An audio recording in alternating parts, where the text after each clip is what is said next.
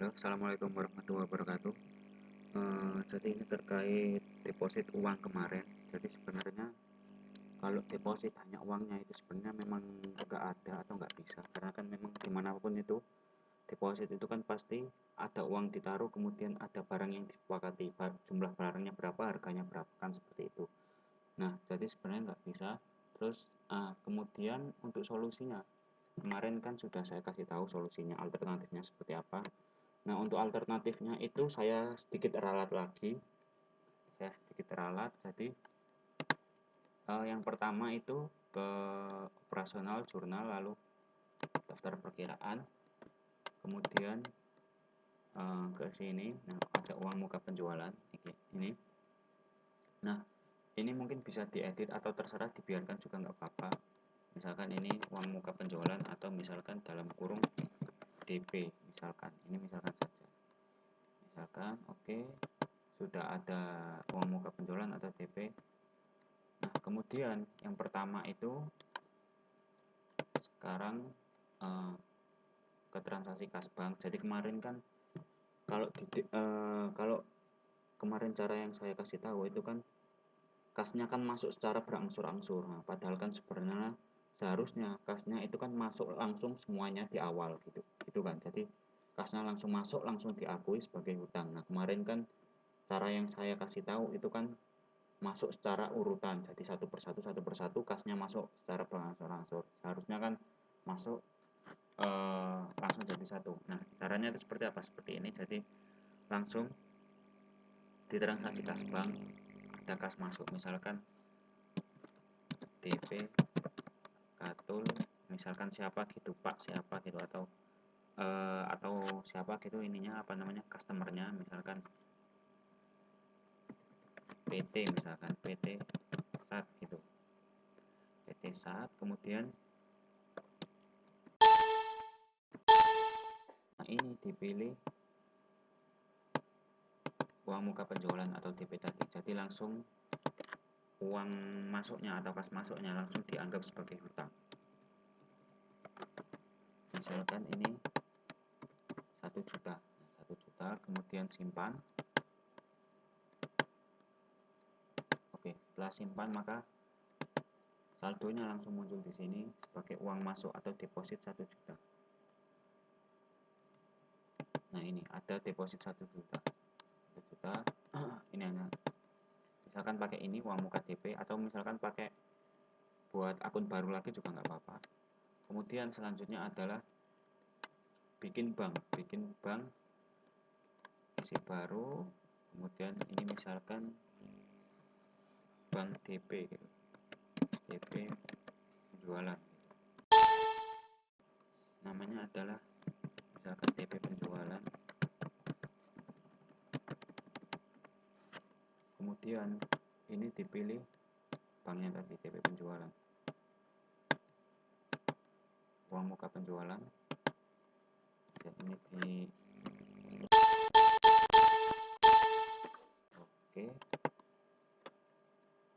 Nah, di sini sudah ada bank DP uang muka penjualan. Nah, kemudian sekarang melakukan penjualan.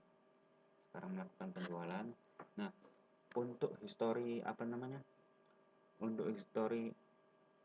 uang muka penjualan, saldo akhirnya tinggal berapa itu nanti dicatat di Excel. Nah, yang pertama itu misalkan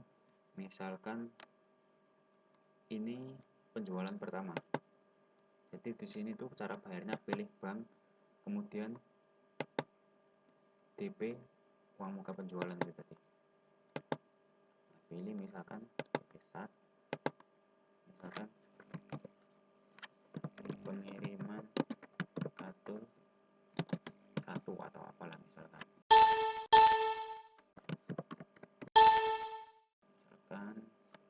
kartu. Nah, kemudian di sini diisi 330. Oke, diisi demikian 330. Nah, ini kemudian langsung simpan. Oke, kenapa kok ini pilih cara bayarnya bank, nanti saya akan jelaskan di jurnal. Oke, nah pada saat DP awal ini kan DP awal. Nah ini kan ada kas masuk 1 juta pada uang muka penjualan atau DP itu. Nah kas masuknya itu sudah diakui sebagai DP. Nah kemudian ketika penjualan, maka hutang itu tadi yang mana uang muka penjualan atau DP kemudian berpindah dan dianggap sebagai pendapatan. Ini misalkan pendapatan samping ini dianggap sebagai pendapatan. Kasnya sudah masuk pada saat awal 1 juta sudah masuk semua. Kemudian pada saat pembelian ini, pengiriman kartu pertama itu adalah pengakuan DP atau pengakuan uang muka penjualan. Jadi uang muka penjualan yang sebelumnya statusnya adalah DP atau hutang ini kemudian diakui sebagai pendapatan karena sudah melakukan pengiriman kartu pertama, seperti itu. Nah kemudian secara historinya saldo akhirnya itu misalkan tidak catat di Excel misalkan. Nah misalkan ini misalkan saja kemudian PT SAT gitu, PT SAT. Nah misalkan ada DP 1 juta misalkan 1 juta tanggal berapa gitu, misalkan tanggal 4 misalkan. Nah kemudian terus ke bawah ini misalkan terus ke bawah ini misalkan DP-nya misalkan tanggal 4 April 2024 misalkan 4 April 2024. Kemudian ada kirim ke pertama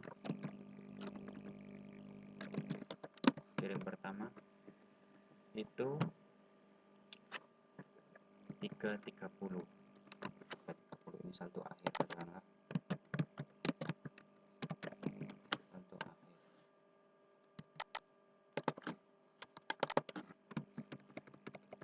1 juta. Nah 1 juta dikurangi 330 berarti hasilnya 670. Nah seperti itu terus. Nanti di sini mungkin bisa ditambahkan tanggalnya, mungkin di sini mungkin tambahkan tanggal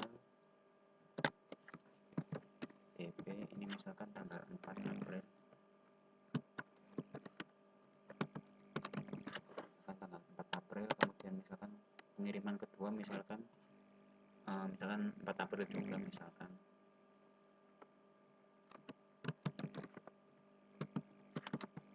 Nah, begitu seterusnya. Nanti kan ini kan 1 juta di sini, ini kan lama-lama kan habis ini nanti.